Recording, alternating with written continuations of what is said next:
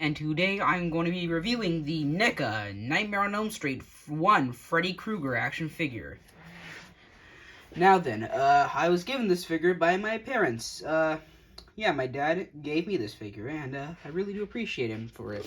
Anyways, so as we can see here, this is the box. So yeah. Anyways, like the rest of the NECA action figures in general, they usually have a poster. They usually have the poster of the Nightmare on, not Nightmare, of the characters they make figures of. The poster of the movies they came from. And as you can see here, it's clearly a poster of Freddy with his oddly skeletal face reaching out to Claw, who I can only presume to be Tina due to her blonde hair. So, yeah, looking around the box, we have a Nightmare on Elm Street on both sides. Turning the box around, we have a box. We have we have a box, but no, we have Freddy. We have a bunch of advertisement. We have a bunch of photos of Freddy, including one with his, generic self, one with his fingers cut off, one with his face ripped off, one with Tina's mask. And the final one being the phone cord that Nancy was listening to.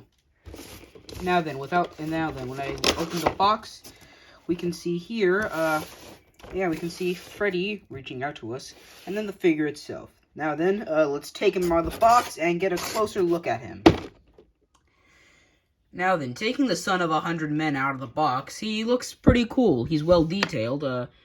As you can see, here is Freddy Krueger himself with his classic finger knives used for slashing and killing his victims, obviously. Here, let's see, getting closer, we can see that his jacket has a lot of detail, which I like, actually. Freddy has his nice grin on. That's not the head he usually comes with. He usually comes with his upset face, but I decided to put on his happy face since, he looks better when he's happy. Anyway, so yeah, here's his fedora, which is surprisingly removable. So I'm gonna leave the fedora on him. I can't even tell if I'm putting this on right. Yeah, I generally cannot tell if I'm putting this on right.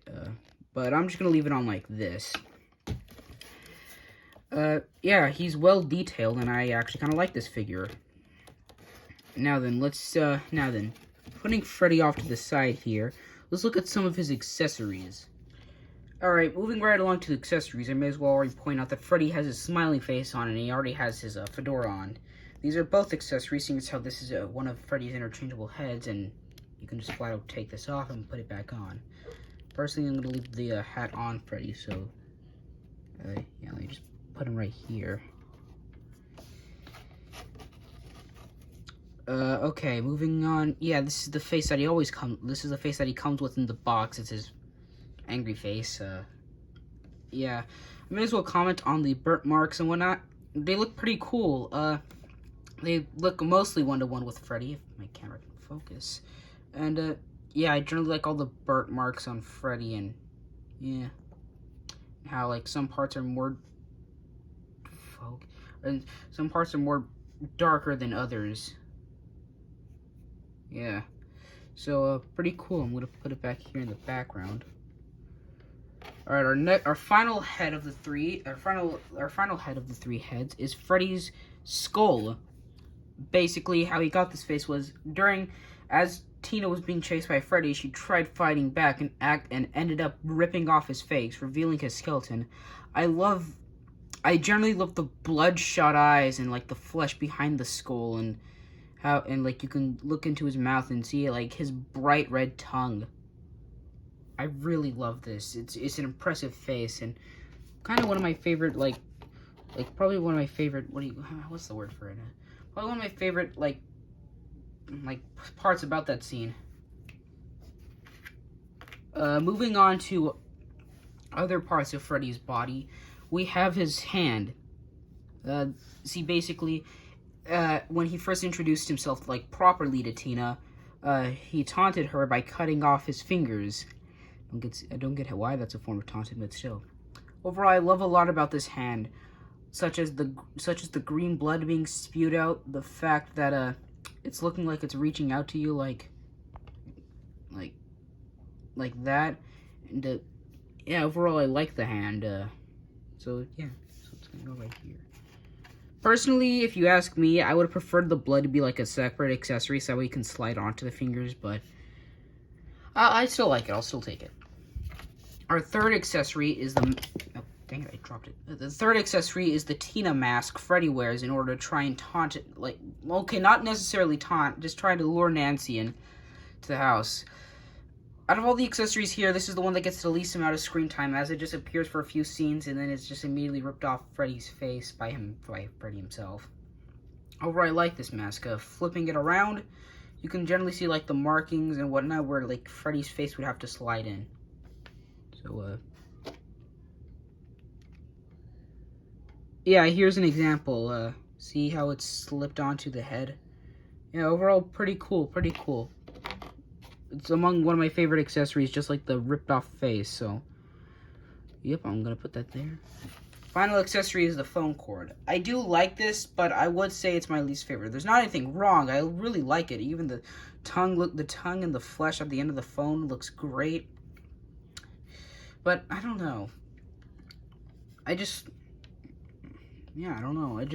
I just generally comparing it to the rest and how you can put it on and how you can put like pretty much every accessory on Freddy's face or hands. That one, you can't really do much with it, except, like, I don't know, you can make Freddy hold it. So, yeah, let's get on to the comparison with other figures. Now then, comparing the sizes to the three other figures I have here. First off is the NECA 1954 Godzilla. I'm not planning on doing a review of these Godzilla or the rest of the figures. Same goes for the Jason, but what I will say this is that Freddy is a bit bigger than Godzilla here. The next figure is Jason, specifically from Part 5. The Dream Sequence Jason, to be exact, but still, next to Freddy, he is a little taller. Mostly equal height, but still, he's taller than by, I guess, an inch. I knocked over Freddy by accident. I just put him back up. Sorry about that. Dang it! Hold on.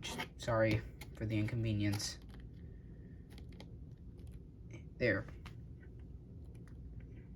And then finally we have the King Kong figure, which I reviewed a while back. And next to Freddy, he is a lot taller. He's probably the tallest figure here. So if I were to make sizes, I guess I would say that Godzilla's small, Freddy's medium, and Freddy and Jason are medium, and then King Kong is large. So, yeah. Now then, time to move on to the final verdict. Alright, so, the final verdict. Overall, I really, really love this figure. The attention to detail is great, more so than any NECA figure I've got, even more than King Kong. And all the accessories are really great, even the telephone, which I will admit it's my least favorite of the accessories, but I still really, really love the accessories. Everything is on spot. Heck, even the fact that the original Freddy Krueger doesn't even have green like stripes on his arms. Overall, I give this figure a good, solid 7 out of 10. Not my best. I still think the King Kong is better. Anyways, so yeah, guys, that's my video, and I hope you all enjoy. I'll see you next time. Bye!